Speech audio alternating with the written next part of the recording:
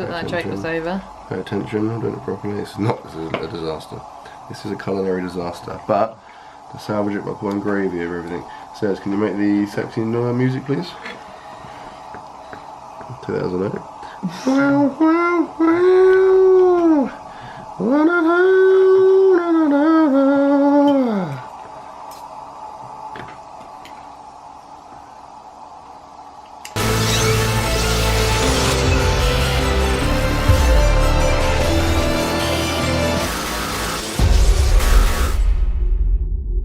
Hello and welcome to another video, and I've just got back from training.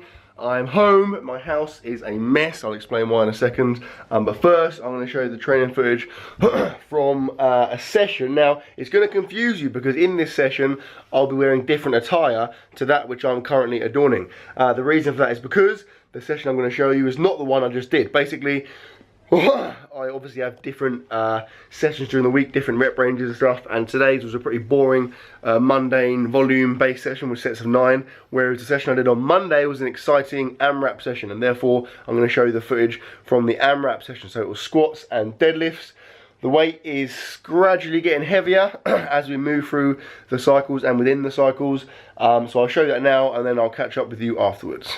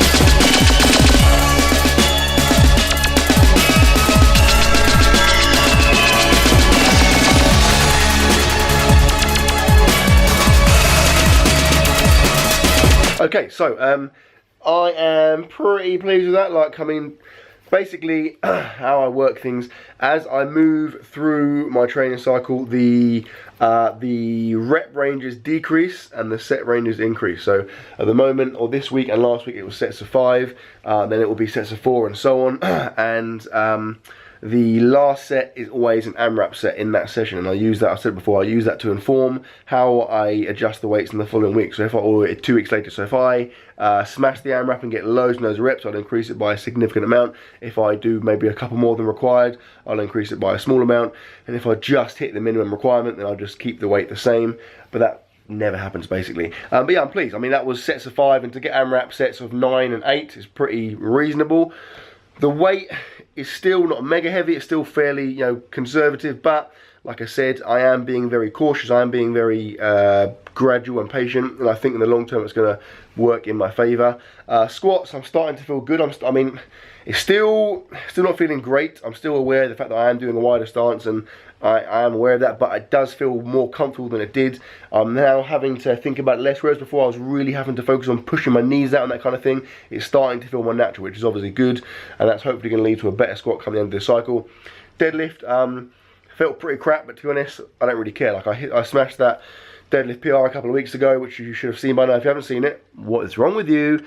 But I'm quietly confident that come the end of this cycle, I'm going to have something pretty exciting to come with my deadlift. So just a case of getting the volume in and then wait for the magic to happen. Anyway, let's stop talking about training and start talking about house.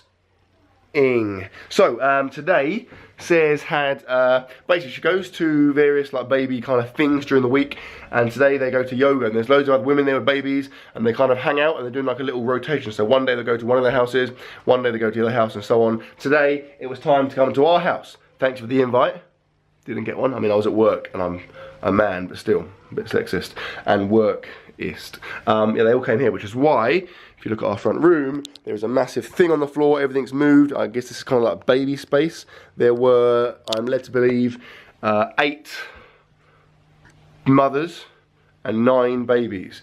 So either one of the mothers had 2 babies, or someone just dropped the baby off and then left, which is quite funny. So there is, as a result of this, there is literally food all over the place. We've got some random crisps here, which I'm in the process of finishing.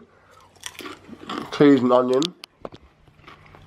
which is the best flavour of like normal crisps. Like, there's obviously better flavours than cheese and onion, but in terms of like standard, ready salted, etc., cheese and onion is the best, IMO. You also have loads of stuff in here. So, talk you through it. We've got some, this is like a Bakewell tart. I mean, you know how like great white sharks don't have hands, right? So if they're like, oh, what's that? They kind of poke it, and then people are like, oh, I got attacked by a shark. Like, I do that in a way. So like, I'm curious as to what this is. I'm just going to eat it and then find out using my mouth. Yeah, like a Bakewell tart with no icing. It's still pretty good. We got some grapes, some bananas. They're my Oreos. What the hell? Says in trouble. Bread, boring. That is, I know that is like a chocolate thing, I guess. This is like I don't know, something else. And what I do is, rather than eat it all now like some kind of lunatic, I'll save it for after dinner. I'm talking of dinner, says his dad, being the animal that he is, he's making us dinner tonight, and he's only going to bloody bring it round to our house, hashtag hero. So I'm going to go and eat some more food now, maybe have a shower, we'll see how long it's going to be, and then I'll catch up with you when dinner is closer to occurring. So I've showered, I'm wearing clean clothes, wearing a My Protein shirt actually, in fact, which the last time I wore it, a few of you asked me questions about it and I forgot to answer them, so I'll answer them now. This is it's the same as like the salmon one that I got, the standard like posing shot. It's like a long line one. They've got them in like, I don't know, maybe 4 or 5 colours, like red and a grey. I wore a grey one a few times and they're freaking awesome. They're like mega cheap. They're literally like, I think they're like £10. Some of them are like 9, 8 or 9 pounds, but they're like super comfy. They're really well fitted. I like them, big fan of them. So if you want to go and get one, use my link in the description, the My Protein UK link, if you live in the UK, of course. Anyway, before Sarah's dad gets here with the food, which is me arriving shortly, I'm going to quickly talk to you about the whole bulking cutting thing. So I've been asked this quite a lot because I did mention a short while ago that I was thinking about cutting, and I was, and to be honest, at one point I was very close to doing it because I was basically just sick of eating. I've had to think about it and I've decided that at the moment I'm going to continue bulking. So my plan is as follows. I'm going to bulk for the rest of this training cycle, with a particular emphasis in the last few weeks leading up to my test week, because I really want to hit some good numbers at the start of the new year. But I do think that a cut is something I will do in the not too distant future. Basically, at some point I need to do a cut because I need to reset my my psychological approach to food, because my body is messed up in terms of my gag reflex is awful now. I feel sick all the time, so eating is very hard, bulking is very hard. But also I think it'll be an awesome series to do because I've never done that before, and I think a lot of you guys, you expressed a lot of interest in seeing me do that, so I think it'll be quite cool. I know a lot of you guys are cutting all the time, so I think it'll be quite relatable as well, so I will definitely do it in the future. But at the moment, basically, I have kind of targets in my head in terms of numbers that I want to hit, and obviously cutting is not going to be conducive to that. I find, particularly with my bench press, it gets smashed. If I drop body weight, even a couple of days of body weight, my bench press takes a big hit, so I can't afford to do it right now. But definitely something in the near future, maybe kind of early next year, there is a strong chance I'll do it, so keep your eyes peeled for that. Anyway, I'm going to go and get stuff ready. Says W, and it will be here shortly. I think we're having, said we're having sausage and mash, which is like one of his trademarks. He has maybe like 3 or 4 trademark meals, just like a Thai curry, sausage and mash, and then like a normal curry. They're kind of his trademark dishes, so when he comes around, you know it's going to be one of those 3 things. But I mean, it's free food and it's awesome, so definitely not going to complain. Is it good? Yeah. Oh, right, so the food is here and it's bloody incredible. Although, I'll be honest, a combination I've never seen before. To run you through, we got sausages, mash, bacon, no biggie. Deconstructed pigs in blankets. That's true. Oh, do you know what, actually? Let's throw the rule book out the window. Make your own. Make Christmas come early. Oh, we're doing the other one, sorry. Thought that joke was over. Pay attention, I'm doing it properly. This is a disaster. This is a culinary disaster. But, to salvage it by pouring gravy over everything. Says, can you make the sexy music, please? Take that as a note. Wow, wow, wow. La, da, da, da, da, da.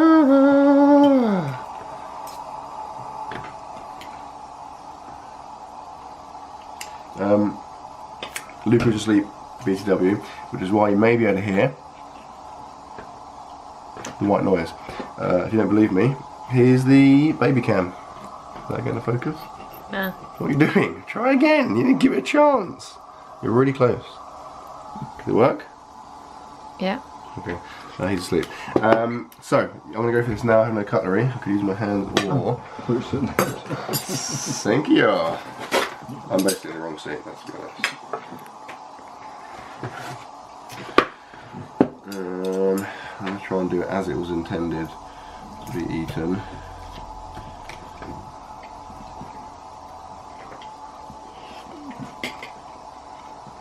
Good. Not so good. I'm ready to.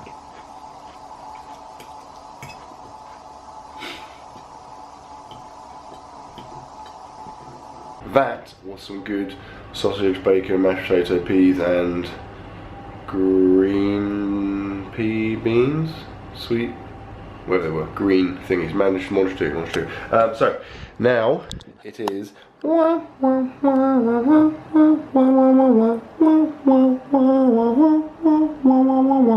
time for some dessert in the shape of some more of that almond cake. I mean, it's called Bakewell tart, but I find that misleading because in my opinion, I think of cherry bakewell, which has the icing on top, and it's not the same, but it's still pretty good.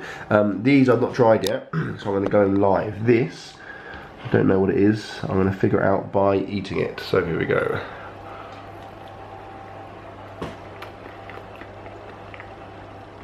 Very good. There's like nuts on it, right there. See that?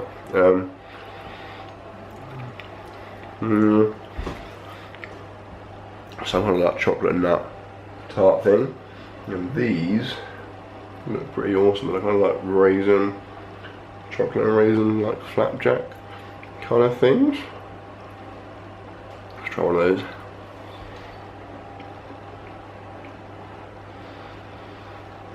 They're good. Quite a high raisin to flapjack ratio, but beggars can't be choosers. Also have a coffee, which is decaf, because I always have decaf coffee in the evening. I've said it loads of times, but this is a good tip, right? I'm going to eat some of this before I spit my food everywhere.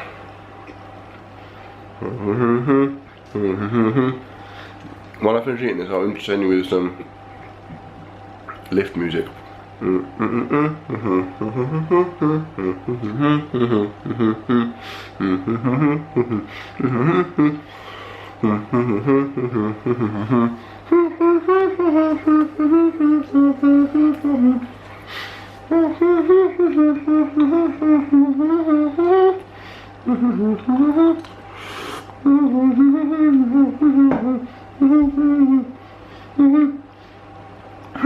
Okay, so